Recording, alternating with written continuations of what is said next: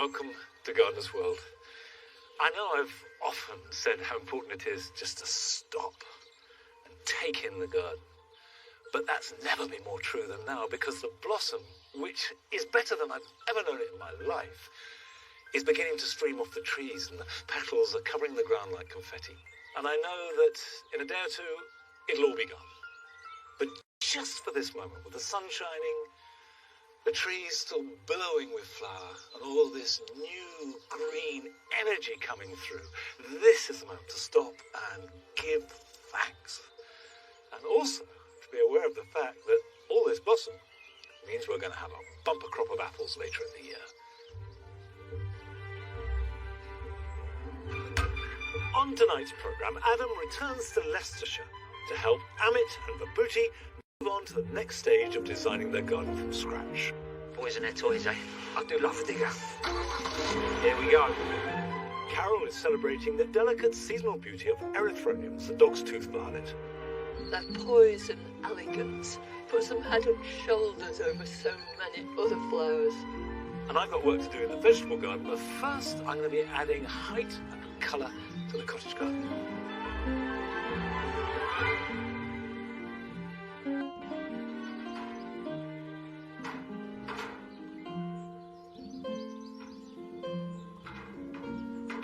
I love the way that the forget-me-nots create this froth of blue running around the whole of the cottage garden, but they are very low.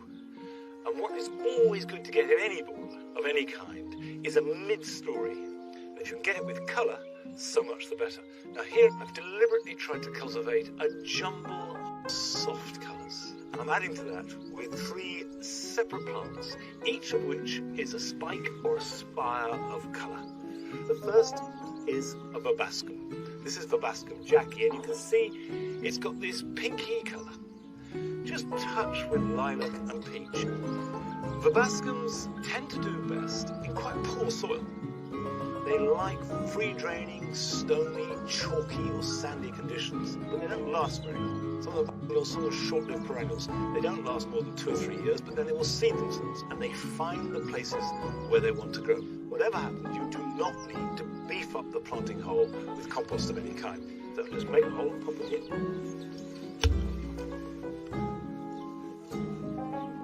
There's quite a lot of moisture in the soil, so I'm not worried about watering it in, but any doubt at all, you do no harm by giving it a really good soak. That sort of height. But I think in this space here, I could get a hollyhock. Now, I love hollyhocks. This one is called Halo Apricot, and hollyhocks are biennials, and what that means is that it sets its seed in the first season, the end of summer, germinates, and then the plant grows, establishes the body, so it looks something like this in spring, and then will do its flowering that summer, which means either you sow fresh seed every year for flowering the following summer, or they seed themselves around if they like it. The problem I get here with hollyhocks is rust, and they are rather prone to it. Rust will manifest itself on hollyhocks as these sort of orange pustules you see on the foliage. The plant will begin to defoliate and fade. The best defense is good drainage, good airflow, and plenty of sunshine. I've got one more plant which I want to put in. It's not going to fit in this space. I'm going to move to the other bit.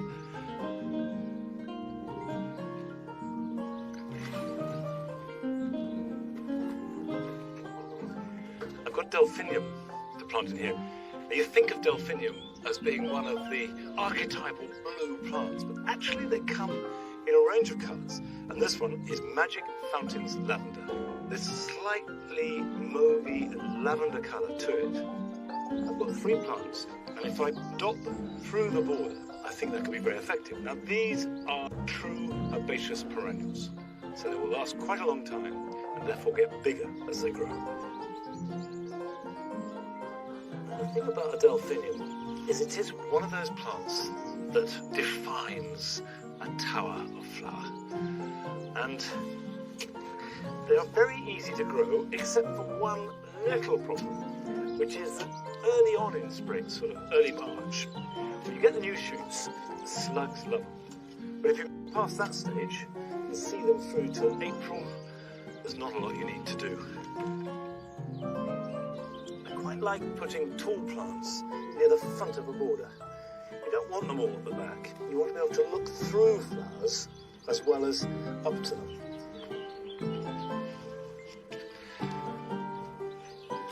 Unlike the verbascum, this is a plant that will thank you for having good, organically fortified soil with good drainage, but also plenty of feed.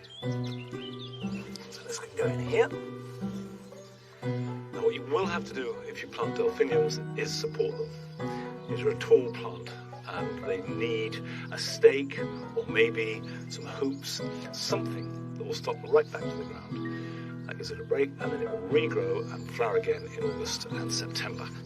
Now that's 3 classic cottage garden plants added to the borders that give height and colour, and they'll join all the others I've got here, and one of my favourites is Polemonium. Jacob's Ladder is just beginning to produce flowers now, and last summer we went to County Durham to visit a national collection of Polemonium.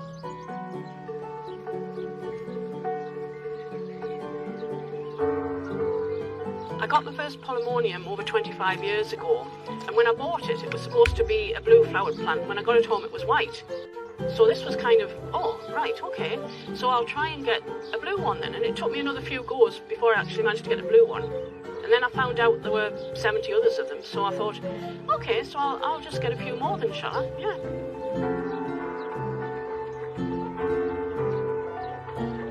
I was a member of Plant Heritage, and I'd been a member for quite a few years, and I found there was no national collection of Polemoniums, and at that point I seemed to have quite a few, and I'd done a bit of research and found they were all wrongly named garden centres, so I felt it was my duty to try and get them all correctly named, because there were some really good plants out there. And a lot of people went, oh, Polemoniums, yes, I've got that, it's a bit of a weed. And then you sort of tell everybody that actually, you know what, there are some really nice plants. So it's really nice to be able to tell people about those.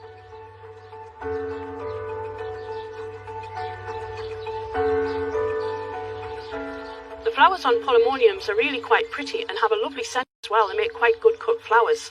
They come mostly in blues and whites, but there's also pink forms, yellow forms, and in lots of different sizes and shapes as well. Some of them are quite trumpet formed, and they can be in flower right throughout the summer. Polemoniums are really easy to grow. They don't require any particularly special conditions. They'll grow in most soils, apart from really, really dry soils. And although they'll grow in part shade, some of the taller species will certainly do quite well in full sun, as long as they have a moist soil, which if you've got a dry soil, you just need to put a bit of organic matter in to improve it.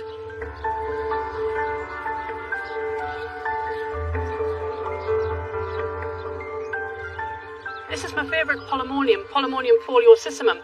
Foliosissimum means very leafy. So it has a lot more leaflets right the way up the stem, so it makes a much bushier plant. And it has the same sort of purple flowers, but with a nice central purple ring. And it's producing flowers which it's produced for a couple of weeks, and it'll go on producing flowers for a lot longer right through the summer.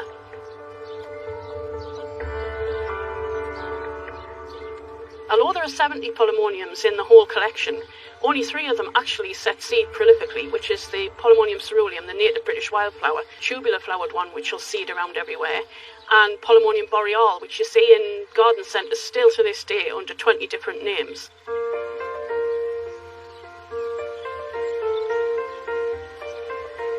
On a wet afternoon like this, I often come over to the potting shed and do some propagating of the plants, especially now when the seed heads are forming. So I've got some seed heads here of Polemonium ceruleum dissectum, which is a nice cut-leaf form of ceruleum. You can either leave these in a plastic bag and they'll just drop into it, or if you're impatient like me, you can just give them a bit of a squeeze and then they'll drop into a tray and you can get them ready to sow. So the coir block, I mix that up by just dropping that into about 6 litres of water, and that expands up to make a full bit. And some I've done earlier. So this is a mixture of organic peat-free bark compost with the coir, and then what I'll be doing is putting that into the seed tray, and then once I've filled the seed tray, just press it down with a presser board, give it a bit of a tap to settle it, and then you've got a nice surface to work to. I can then just get the seeds that I've got from the seed heads here and just scatter them over the surface so that they'll germinate even, and just sieve a bit of compost over the top of them just to cover them lightly. If you haven't got professional equipment to germinate them in. You can just put them with a piece of glass or a cover over them, and then they'll come up in about 14 days, and you can prick them out, and they'll end up being like that.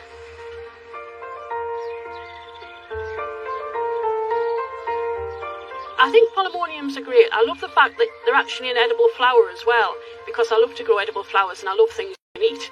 So it's really nice that you can have something where you can actually take them off and put them in salads. The other good thing is that we grow all the plants organically, and they're really good at attracting insects. You get all the hoverflies and bees, so you can watch the insects on them all the time. So it's really good that they're great for encouraging wildlife into the garden.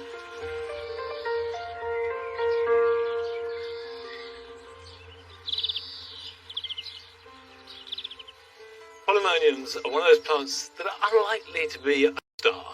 They're a supporting actor, but they're so important with this blend and mixture of lovely plants like that that makes a garden sing. Now, I've been constantly tinkering with this area, and unashamedly so, because I think these things take time to find their shape. There were box balls here, and we've got herbs on one side, and I've planted these yews, which I love. These are Irish fastigiate yews. They give height, and that's really good. Now, underneath, I've planted box and yew, and all these plants have been taken from cuttings. However, these yew, to form a solid ball, will take about 10 years before they reach the kind of proportions that I'm looking for. And the truth is, I'm not quite as young as I used to be, and I'm in a little bit more of a hurry and aware of the passing of time. So I've made a decision. I'm going to lift the yew in this area and transplant it to the grass borders, and I'm going to go shopping and buy myself some topiary yew balls, which I'll put in there, and that will work with a box. Now, this is a good time to be moving or planting evergreens, whereas if you're doing it with deciduous plants, better to wait till the dormant season.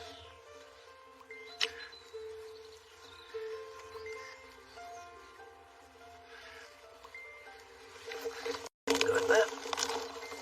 Right, let's go and transplant them.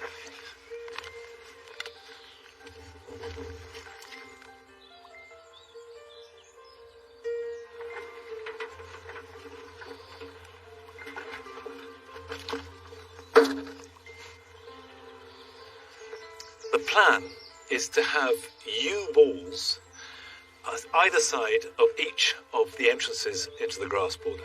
Now, I've cleared some of the plants there. The first thing I need to do is to dig it over.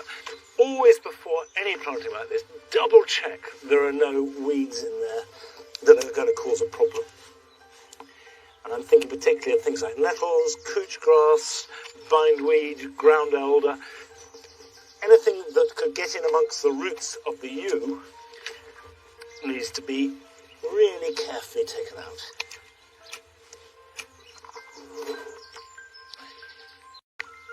The one thing about yew is it just hates sitting in heavy wet soil. So if you've got clay, you will have to add grit.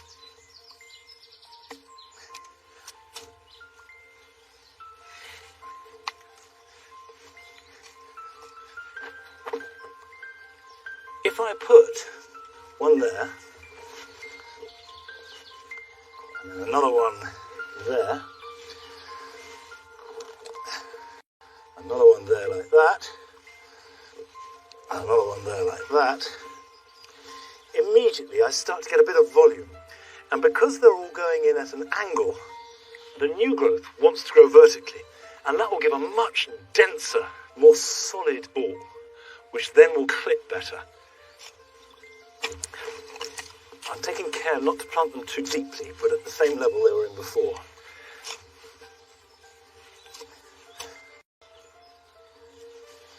Although yew casts a heavy shade, sunlight as possible, because it will grow much more densely.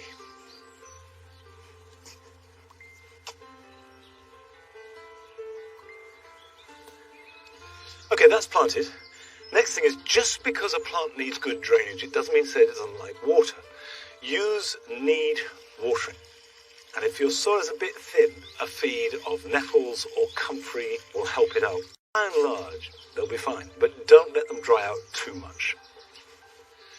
Now, Adam Frost has returned to Leicester to help out our couple who are making a brand new garden in a brand new bill. And it turned out that the weather wasn't that kind to them. Nevertheless, they got stuck in. I'm back at Amit and Vibhuti's house, and I can't wait to see how they're getting on constructing the garden. When I first got here, the garden aspect was long at the back of the house, but with an imposing wall at the end of the garden that they really didn't like. My design tries to refocus the garden, using trees and climbers to hide the back wall, and 2 terraces to create a new focal point for the space. I left them digging out those terraces, not exactly an easy task. So how have they done? Wow, been busy. Yeah, you've done well, mate, you've done well. Cheers, thank you very much. Do you know what? I already feel this feels quite cold here, and I bet if we move over... Yeah. It feels warmer, doesn't it? Need my shades. You do need the shades, you do. We're stood exactly on that terrace. Straight away, that angle gives you that sense of movement. You know, there's a bigger sky, and you don't feel quite so imposed. No. You know, you're Feels a worried- lot more private. Yeah? Yeah. Exactly. There was one point where we thought we could just level that off and possibly integrate a sleeper against there. So we can have our... So in a sense, what you're saying is where the garage is there, Yes, it's just to put a little wall in there. yeah. And Yeah. put a little water butt in that corner. Brilliant. Come on, let's get on. Now it's time to tackle the first of the 2 terraces, and lucky for us, Amit's friend Manu has come to help us with the heavy lifting. Good. So I think first thing we need to do, get the rest of this paving up. I think if we clean it up, we can reuse it. It'll save us a few quid. Let's crack on. We've got a lot to do today. Keep brushing. There you go. They need a wash. They need a wash. Just give yourself another job. So it might seem a little bit strange to people actually why we're lifting the paving. I want to change that angle, and I think by changing the direction of the paving will really draw you out into this space. Having taken up the paving, it's time to have a look at the lay of the land. The guys have pulled everything out, but I just need to whip out anymore, or we've got to adjust our hardcore ready for our paving. If you can, lay your paving about 150 millimetres, that's 6 inches, below your damp-proof course. Hammer in a series of pegs at the same depth, using a spirit level to check your levels. As you can see, the pegs have gone in. That peg will be the finished level of the paving, which straight away says to us we've got to pull some more of this out, because we're going to need at least 50 mil for our paving, and we're going to need 50 mil for our bed, which is our sand cement mix that's going to go under our paving. So remember, the top of your pegs indicate the finished paving level, but beneath this you'll be adding hardcore and a mortar bed to lay your paving on. So you need to dig out enough to allow for both. We need to take out a bit more soil, and luckily Amit's got just the thing. Boys and their toys, eh? I do love a digger. Here we go, we're off. All right, mate. Just run off the top of that peg and just see roughly what we are down to the hardcore. About 100 mil. Yeah, brilliant. And all we got to do now is drag that out. That's fantastic. Okay. Brilliant. So all we're doing is really using the machine just to take the work out of this, really. If you haven't got a machine, it's a fair amount of digging. But we're just dragging that level all the way back, and then we're going to compact this surface, and that will give us something really firm to lay our paving, ultimately, and then it won't move. As you can see, it's turned out lovely. So I'm now soaking wet, but we need to get the levels in here. So at the moment, I've got my level peg that runs all the way across. To make sure the rainwater runs away from the house, the paving needs to be laid on a slight slope. I'm using pegs and a line to mark out that gradient. Once I've done that, I now know that I have to dig out a little bit more at the lower end of the terrace to allow for the base. So now we know from the house to the end of the terrace we're going to have a fall of 50 mil. So the water won't sit anywhere near the house. It'll run away. This area will become 1 or 2 terraces, where Vibhuti and Amit can entertain friends and family. And later on, they could look at building in some seating to really make it cosy. But that is some way off. Today, the rain has stopped play, well, at least for the paving anyway. And while Vibhuti has sensibly gone back indoors, Muppet here is going to get on with another job. as you can see, the weather has not improved. But in the meantime, what I can get on with is wiring these fences. What we're going to do all the way along here is wire them to grow climbers up. First ones we set about 18 inches, and then we're just going to work up. I put the next one, about every metre is what I do, put an eye on it. And the reason all the wire's out, using galvanised wire, thread it through the eyes, twist it tightly at one end, then pull it really taut and tie at the other end. And then the final little bit, you can just tighten that up, and that, nice and tight. It's time to repair for the retaining wall, which will be made from the sleepers that Amit has reclaimed. So what these will be, ultimately, they'll be the supports for your sleepers, all right? So that's 570, holes dug, and then just move that over. It's a good idea to set posts into the ground. Your sleepers will be attached to these for support. Then concrete the posts into the ground. Today we're using a dry mix, as this rain will add any water we need to help set this concrete.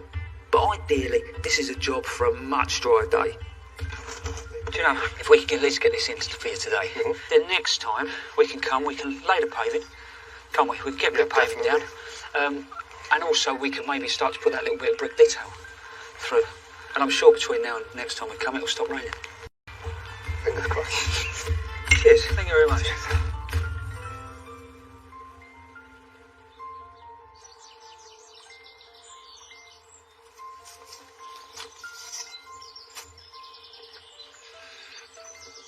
Well, I have to say that did look as though everybody got very wet indeed. We've all had days like that. But it will be worth it. And with Adam's advice, you know it is going to look fantastic when it's done. What I'm doing here is transplanting tete-a-tete daffodils that I've been growing in these very handsome pots into the ground, because I want them to die right back, and that will take another 4 to 8 weeks, depending where I put them, which means I can't use the pot in that time. So if I put them in the ground and leave them to die back there, I've immediately freed up some nice pots that I can use, and I can either dig the bulbs up and replant them in pots in autumn, or I can leave them in the ground as a row of cut flowers. Either way, I win. What really matters is that whether you put them in the ground or leave them in the pot, do not trim back the foliage at all. Just let them die back naturally, because as they do so, the goodness goes down into the bulb, and that will improve the quality of next year's flower. Now, these tete-a-tete daffodils really do best in full sun, but Carol celebrates a plant that is elegant and delicate and one of the glories of spring, but is happiest in the shade of woodland.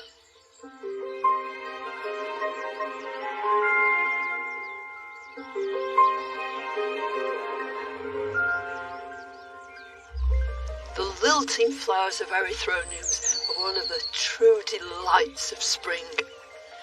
With their bronze and pale green, their poise and elegance puts them head and shoulders over so many other flowers. They're what I call a true Cinderella plant. They have to do everything before the clock strikes 12. Push up through the ground, flower, set seed, and then go to sleep again while the canopy overhead fills in, and they rest until the next spring.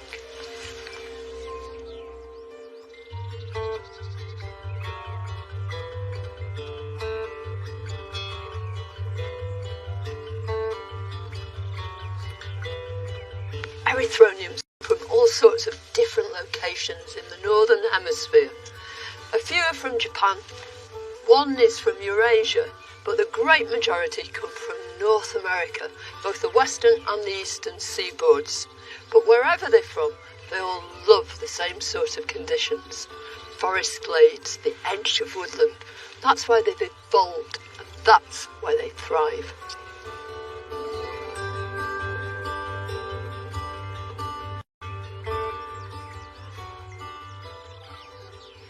In this little dell, it's quite magical actually. There's several different hybrids, but the one that's most outstanding is this one, Erythronium Hidcote Pink. It's a true delight. It's robust, it's strong, and yet at the same time it retains this glorious deportment. It's one of the last to flower, and in addition to all its other qualities, including its marble leaves, is the fact that it's scented.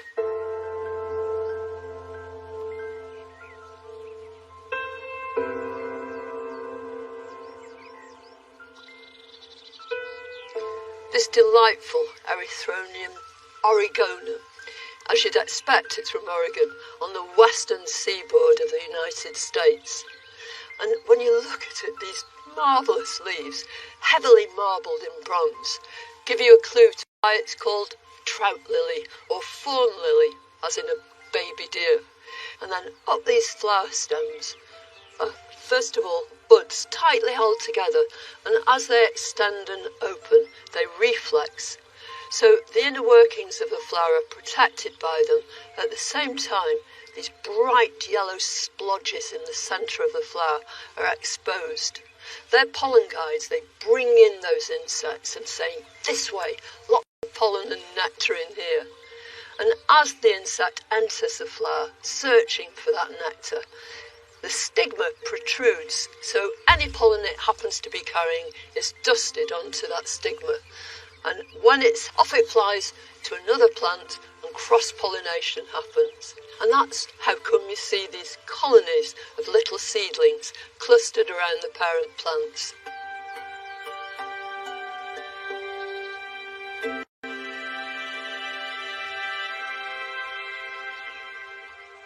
So here's a lovely example of a big colony. This is Erythronium revolutum. And you can see that as these tepals start to fade, seed heads are formed here.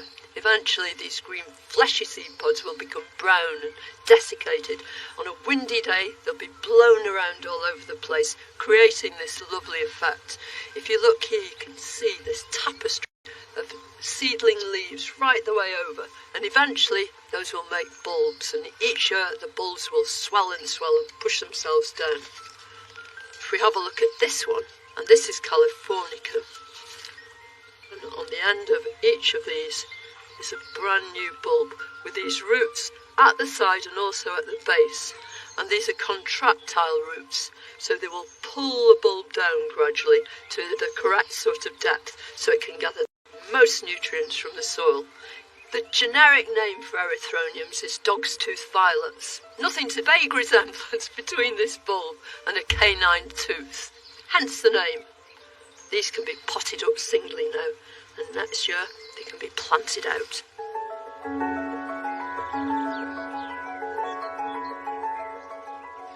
Erythronium californicum is a widespread species, and it's given rise to all sorts of beautiful cultivars, but this is Probacol white beauty. It has very distinctive red markings on its petals, pollen guides again to bring insects into the flower. Sadly, it's sterile, so it doesn't set any seed, but you can easily increase it by digging down in the winter after it's formed a nice big clump, dividing up the bulbs and replanting them. You might not have a great oak wood to plant them under, but providing you've got a shrub or two or a small tree, they'll love that kind of dappley shade. When you're planting them, search down amongst the roots until you find nice deep pockets of soil. But don't feed them, just add lots of leaf mould or good compost, and you should end up with a wonderful carpet of these glorious spring flowers.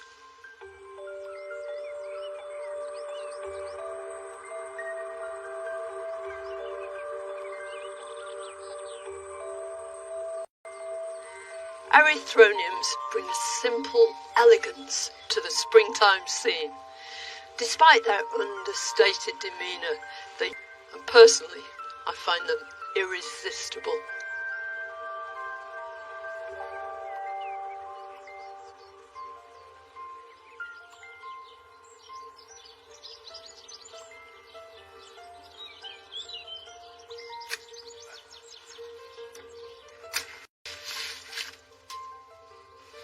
There's no doubt about it that erythroniums have a particular charm. And they have been very late this year, as so many plants have, which means that they've lasted much longer than they normally do. It's lovely to see them still. But a plant that hasn't suffered from our cold winter or spring is this vine. Of course, the protection of the greenhouse has ensured that, and the roots are outside in rich soil, the result being that it is romped away. I pruned it really hard in February, so all this new growth. And the one thing I have learned from growing dessert grapes indoors, that quality and quantity are incompatible. And the secret is just prune and prune hard and keep on top of them. and already some are escaping out through the roof and through the glass. And if I didn't prune them, they'll completely take over. So I can ruthlessly cut back above this bar.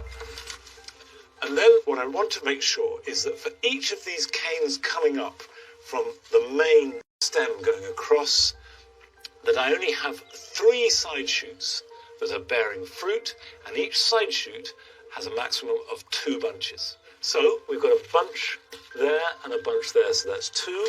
So we can take this off. We've got a bunch there, we can leave that. So I'm going to take that off. So we work our way up here, and it's just a question of being systematic.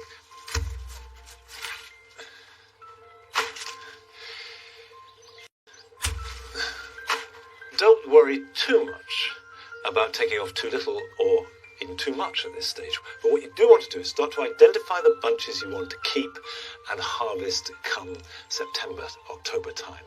And if you get it right, if you put the energy into just a few bunches, a variety like this is Black Hamburg, can be absolute. Still to come, we've got the penultimate finalist in our Every Space Counts competition. But first, Joe goes down to Cornwall to meet a truly inspirational young gardener. Welcome to Trelisic. At the heart of this vast 375-acre estate is a beautiful woodland garden featuring all year-round interest and colour. The grounds also offer breathtaking panoramic views which reach far and wide over the stunning River Fowle. I've come to meet one of Trelisic volunteers whose perspective on life has been changed by the power of ordinary volunteer. Despite having cerebral palsy, limited mobility and hearing, he's been a volunteer here at Trelisic for over 6 years, and he's never let his condition hold him back. So Oliver, why did you first get involved as being a volunteer here? I love it here. It was just a lovely plant and surrounded by this lovely greenery, and that really made me realise that gardening could be something I could get involved with. So what are your roles and responsibilities here? What do you do on a day-to-day basis here? I do a bit of raking, a bit of pruning, and deadheading. Yeah, I do pretty much everything really. I feel that disability doesn't really hold you back, and you can do pretty much anything really if you want.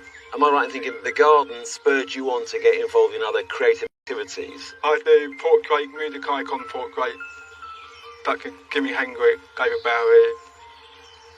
Because you play music, you play the guitar and sing. I do. And you busk, is that right? I do.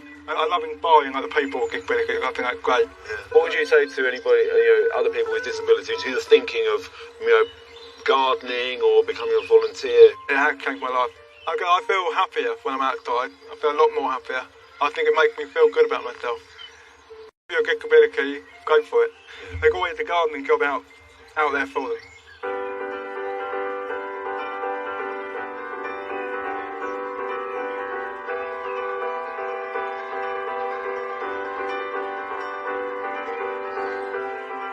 The dahlias are looking lovely. Back in the white colours. Yeah, they say the scent is really good. Yeah, fabulous. The scent is lovely. Some lovely peoples here, aren't there? They are. They range from different colours. Yeah. Different styles, different colours. There's a lovely contrast, colourful contrast as well. So, I think the Ellie think a bit of a trim. Yeah, they are pushing quite out into the path along here, aren't they? And I think that caused many problems for the visitors here. Yeah. Will you give it a bit of a trim then? Yeah, go on then. definitely. You get in down the bottom and I'll get in up the top.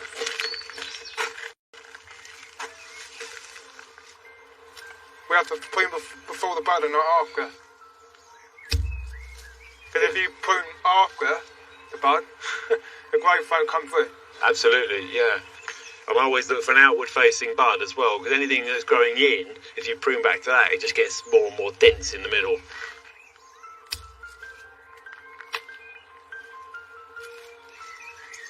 As well as the physical aspect of gardening, you like this. I think if you've got something on your mind that's bothering you, or you're going through a lot of problems. I think it helped a lot. Yeah, connecting with nature and Nature very calm and peaceful. yeah, and healing. It has healing qualities. Just gardening. Yeah. Oh, I think you can click one behind the gate. Yeah. Oh, that one. Yeah. I think that's it, Oliver. Yeah, looking good. Job done. Yeah. Bit of teamwork. You see, makes all the difference. It does. Absolutely.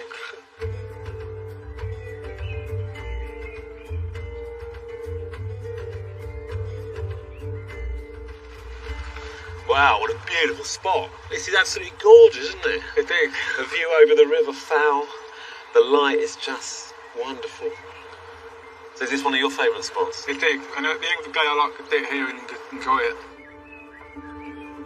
I have to say, you're an inspiration, everything that you do. Your gardening, your painting, your music. And just keep it up. Lovely to meet you. Thank you. Thanks, Oliver.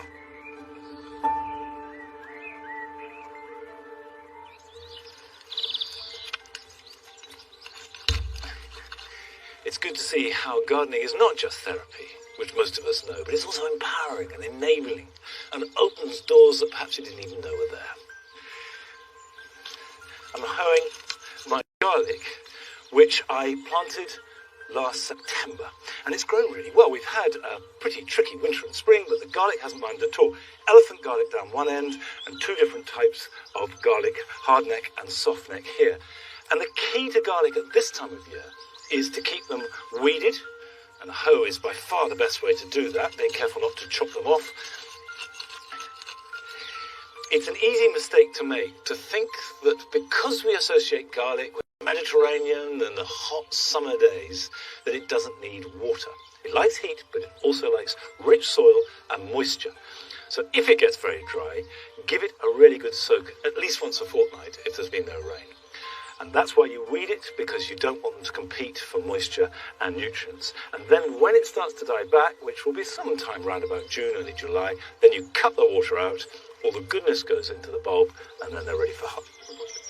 Come on.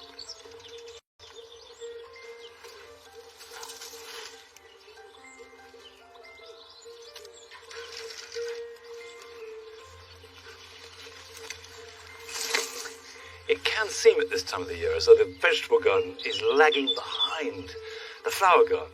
There's an awful lot of bare soil and things are happening slowly, but don't be fooled, because it is all going to keep on top of things, keep weeding and also making sure your supports are in. And my peas have germinated.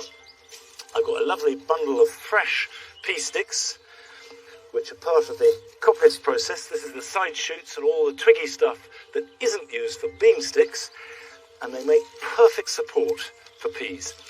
Peas twine rather than climb, and they've got tendrils. So netting will do the job. Any kind of twiggy prunings are perfect. And I always wait until the seeds germinate and you get the shoots appearing, so you don't stick on top of them. And then just go along the edge so that the twigs overlap. And you do this on both sides. What you end up with is the ideal support that you don't have to worry about. They will find that and climb up, and then the peas hang off and they're easy to pick.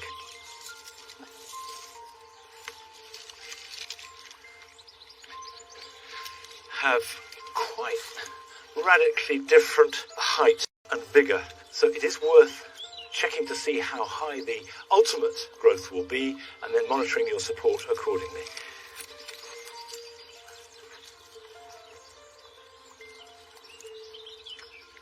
I confess that I have definitely sown these rows too close together, because now that pea sticks are in, it's a real squidge to get to them. It doesn't matter too much because they're very short and you can get most of the peas from the end. But really, you want to leave enough room so you can walk comfortably down between the rows and pick your peas. So every other row would have been better, but I'm trying to get in as many different varieties as I can to the space I've got so I can share the results with you. But however you plant them, what I then do is just trim off all the bits that are sticking out sideways like that, so you don't get scratched, and this big one here. And then I use these along the bottom. So just stick them in like that, and that adds a low level of support just for those early tendrils. So nothing is wasted. finally, if in about a week's time there's clearly some peas that haven't germinated, just pop some more in. And the soil will have warmed up and they will quickly catch up the others. And if you haven't sown any peas yet at all, don't worry, it's not too late. It is something you want to get on with and do this weekend if you can. We're going to buy a packet of peas, stick them in a nice rich piece of ground, and you should have those delicious fresh peas in about 8 to 10 weeks' time.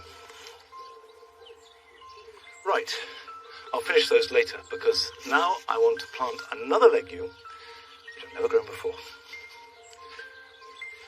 Just over a month ago, I sowed some edamame seeds.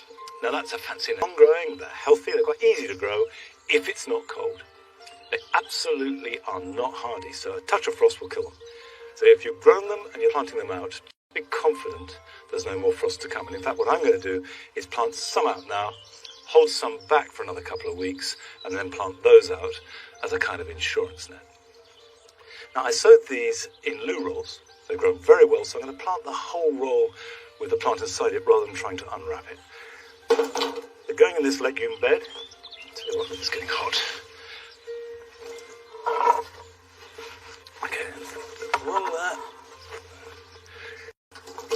You grow them in rows or a grid, no closer than 6 inches together, and actually about 9 inches is probably better. Give them room to bush out and grow. And of course the cardboard will biodegrade into the soil. Just plant that in like that. If you're thinking of growing these, it's probably a good idea to grow them under cover to get them going quickly, but you could put the seeds straight in the ground. Keep them in their final placings, 6 to 9 inches apart, and if the soil is warm enough, they will germinate and grow. And because they're going to be eaten green, you could sow them any time up till the middle of June, the end of June, and you'll get a crop in a couple of weeks' time, just in case we have a touch of frost. Although I will have some cloches on standby, so if I get a frost warning, I can fleece them or cloche them, and that will help. Right, I'll water those in.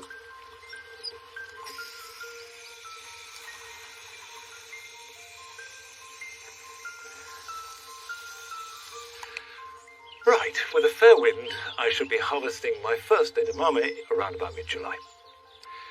Now, we are looking for gardens that are beautiful, gardens that are innovative, creative, and tiny. This is part of our Every Space Counts competition. We've had lots of applications and they've been whittled down to a short list of 5. We've shown 3, so this week it's time to see number 4.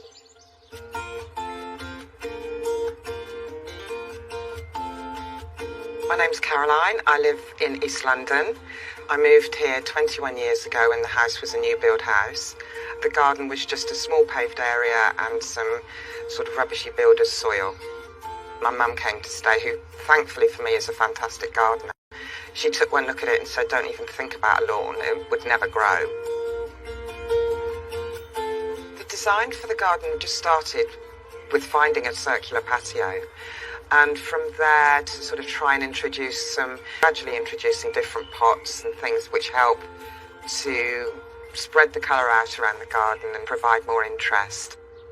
The inspiration for my garden comes from all the gardens that I visit, really. Big flower shows such as Chelsea, Hampton Court, and you can go and really be inspired, see something you like and think, oh yeah, I'll have a go at that and buy another pot.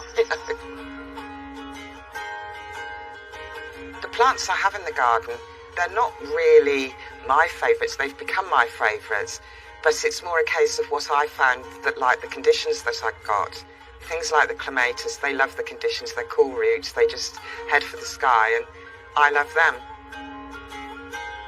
I've not been that successful at growing things from seed. I really don't get enough sustained light into the garden, but I have a lot more success through cultivating by division, and that can be all sorts of plants.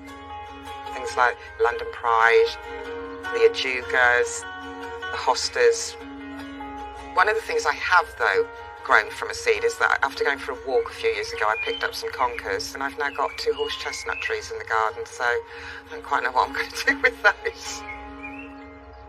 The challenges I have with this garden, it's a plus and a minus, really. It's very sheltered, which means it has a lovely climate. But that also means a lot of bugs and pests can survive. Slugs, snails, vine weevils. In the early days, things were just shredded. But I've tried various things, and without a doubt, nematodes are the most successful and the best thing to use. A couple of special plants are things like the red camellia Mum gave to me all those years ago, so she couldn't get it to grow. Here you go, you have a go with it. And the squiggle hazel was one of the first ones I bought as well. They've both been with me over 20 years now, and I've got a bit of a soft spot for both of those. The garden's special to me because it started literally as nothing. I've nurtured it and it's become just my little haven.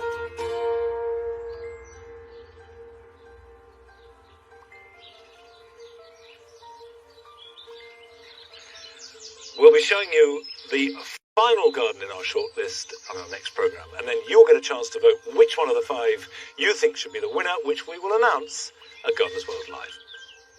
The garden is full of joys at the moment, but one of the flowers that is giving me particular pleasure are the Camasias, and this is Camassia cusickii, which I planted last September to add colour, to just stretch out the flowering season, because we have lots of crocus and fritillaries and daffodils, and then it's all just grass. So I'm trying to pull colour through. And what I love about this particular Camassia is the relationship between the open, delicate blue and these bright spots of yellow. It's absolute orchard beds and also by the pond, and they're all doing very well.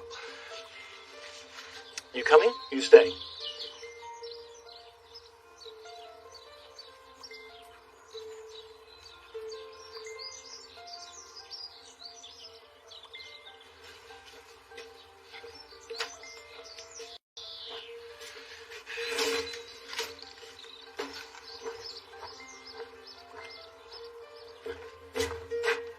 These are some Clarkia seedlings.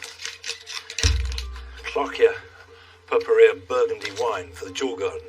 Deep, rich flowers with this slightly glaucous, feathery foliage.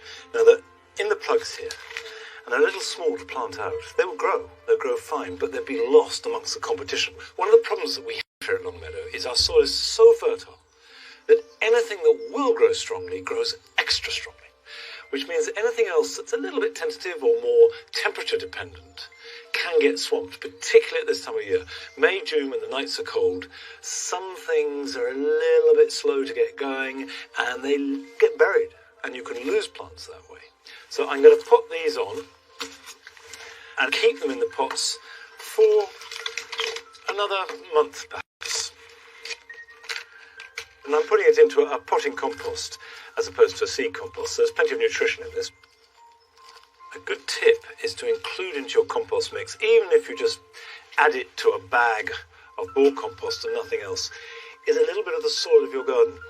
Sieve in no more than, say, a shovel load of soil, because that contains the bacteria and the fungi and all the microorganisms that the plant is going to start a relationship with. That's enough to enable it to grow away when you transplant it much better and quicker. The plants are much healthier and make that transition. Whereas very often, if you have to, particularly if it's a little bit cold, it sits there. It takes a week, sometimes 2 weeks, before it starts to grow its roots out into the soil, because it's a shock to the system. And it's that period, before it starts to grow strongly, that it's most vulnerable to attack from pests such as slugs and snails. But if it grows away quickly, you have a much healthier plant. I've got another tray after this to do. It'll take a little while, but that's fine. But maybe you're not planning to do any potting on this weekend, but nevertheless, here's some other jobs you can be doing. It's a good idea to cut back some of your dahlias. Take off the top growth down to the first pair of strong leaves, and this will stimulate regrowth of side shoots, which in turn will carry more flowers for longer, albeit they'll start to flower a little later in the season.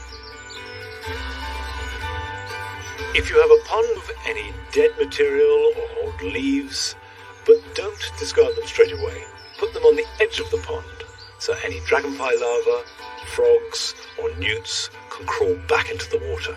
Leave it for a couple of days and then take it to the compost heap. Lily beetles have become an increasing problem on all members of the lily and fritillary families. However, they are bright red, so easy to see. Approach them carefully because if they hear the vibrations of your footsteps, they fall off the plant and lie on their backs on the ground, and as their undersides are brown, they're almost impossible to see. Take them off the plant and then dispatch them as you feel fit.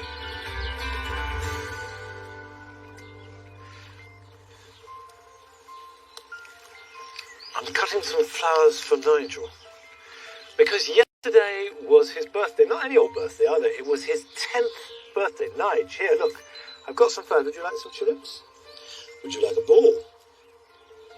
Rejecting both tulips and ball because he knows in my pocket is a biscuit. Would you like that? You would. That's it. We've had quite a lot of those today, really. The birthday party has rolled on for a couple of days. There you are. That's enough. Enough. I'll keep the flowers for myself. This is a tulip called Dance Line. And I love the way that it's so full. It's almost like a peony. But like most tulips in the garden, it is nearly over. It's practically done its thing. And normally with cut flowers, you cut them just as they're about to open. And that way they will last much longer. But if I want any flowers in the house, this is the last fling. I'm going to cut some, take them in, and if they only last 24 hours, well, so be it. And the whole point of having special rows of cut flowers means that you can cut great big bunches and have really good displays indoors and still have your flowers in the borders looking at their best. Whereas if you go out and you cut a whole load of flowers from the border, it leaves a big hole, it means you're robbing Peter to pay Paul. So it's a good idea. Now that's all we've got time for today, and I will be back next week, but not here at Longmeadow, because next week is the Chelsea Flower Show, and I'll be there all week long with the rest of the team. And our first programme is on Sunday night, so I'll see you in just a few days' time. Till then, bye-bye.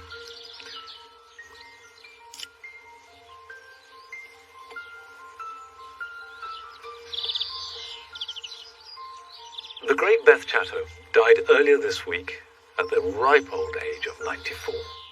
I had met Beth many times, and of course Carol interviewed her just a year or so ago for this programme. Writing, teaching, and incomparable garden. So let's celebrate a life that was supremely well lived.